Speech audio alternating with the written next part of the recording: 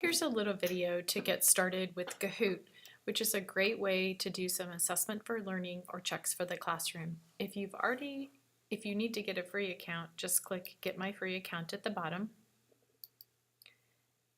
and then you'll go through a series of questions and you'll answer those and you'll get a free account because you're associated with a school. I'm going to go ahead and sign in because I currently have an account, but again, you just go through here and say, I'm a teacher, and you'll just continue to do that.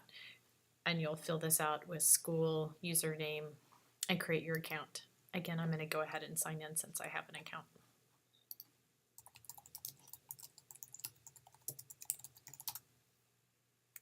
And then once you're into Kahoot, I'm just going to kind of go through some beginning and setup things that you can go through. Up here at the top, you'll click here to create a new Kahoot, and notice that you can always watch a video as well to give you some strategies on how to use Kahoot. My Kahoots are the ones that I have already created, so these are the quizzes that I might have given at some point in time.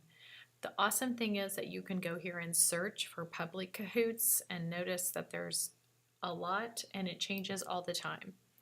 And so if I had in here that I was looking for maybe something on the solar system, I know that my grade level, I know that it's a school, and I can say, you know, I really want quizzes. I don't want discussion or survey for this. I just want to look for quizzes, and then I can search.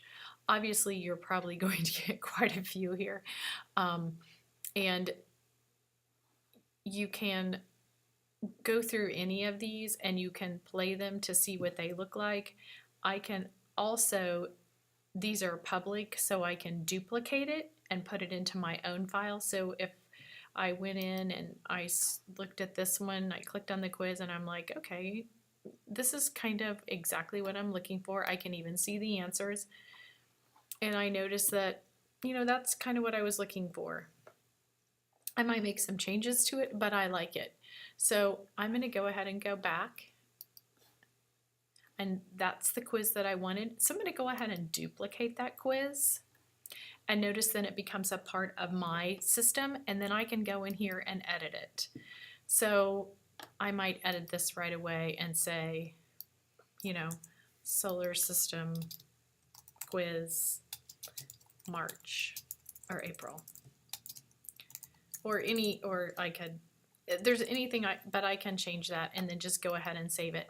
And then it might be that I don't happen to like that solar system picture, so I could choose a new file and I could go in and choose a different picture that I could put in there if I had one in my files, or I knew that there was one I wanted to get. If I like it and it's good, I can leave it. And then I could rearrange these questions and change the answers. Maybe I know it's incorrect and maybe I want this to be Jupiter. I'm not sure what. No. Okay, I probably didn't want to change that based on the question, but I could change the answers if I wanted to. And if there was something up here in the question, I could always change the question as well. And then down here I can save and continue, or I can peruse through the question. So if I do save and continue, and I can go back to edit the questions, and maybe I want to look at each question. So down here I can just scroll through those questions and make changes. And when I'm done, I'm like, okay, I'm ready to go. This quiz looks good. I can save and continue. And they're giving you 30 seconds to answer these, and I go to save and continue. I'm going to keep it public because if somebody wants that, I'm okay. If somebody else, if I made changes and they want to look at that, I'm totally fine with that. And then I can do save and continue. And then I'm done. I could play it now to practice, obviously. I can preview it, and I could see it. And the way to preview it is go ahead and launch it. And then it's going to give you your pen name here. Start now. Whoops. There we go. Sorry. And realizing that this person had their music turned on, but I can enter the game 324236, and now I'm entered in and my name's appeared up here, and I'm going to go ahead and start the quiz, and then I'm actually going to see what it looks like for my students on their iPads or computers, and then what the question's going to look like up here. So here's the question, and then I answer it, and then it's going to keep on going to the next question. I'm going to go ahead and get out of it, but it does give you that. It's a great way to be able to preview it so that you're seeing it, kind of what it's going to look like for your students. So I like the ability to be able to do that. So that's kind of some basics to getting started with playing on there.